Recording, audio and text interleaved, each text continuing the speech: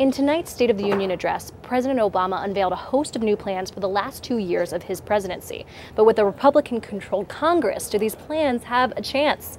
I'm Shannon Green, and I'm here with USA Today politics editor Paul Singer for a reality check. Now, you always hear about bipartisanship in these types of speeches, but the reality is hyperpartisanship, isn't that right? Yeah, pretty much. There's not a lot that the Republicans are going to agree to. I think you will see Obama may get some support for his plan to come to Congress and ask for authority to use military force in Syria and Iraq against the Islamic State terror group. Maybe something on trade, a little something on a trade agreement. He might be able to get Republican support. But other than that, enormous amounts of partisan divide across most of Obama's agenda.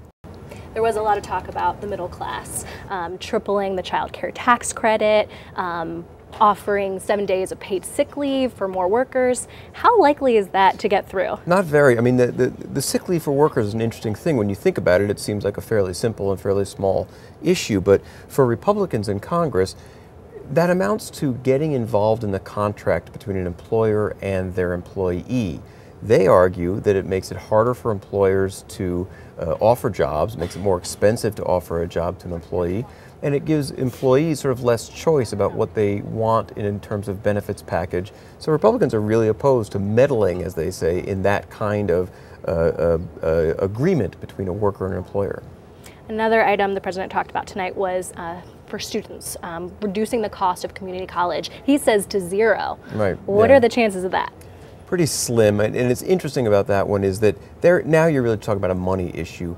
It's somewhere in the range of $60 billion it would cost to reduce community college to zero for several million people.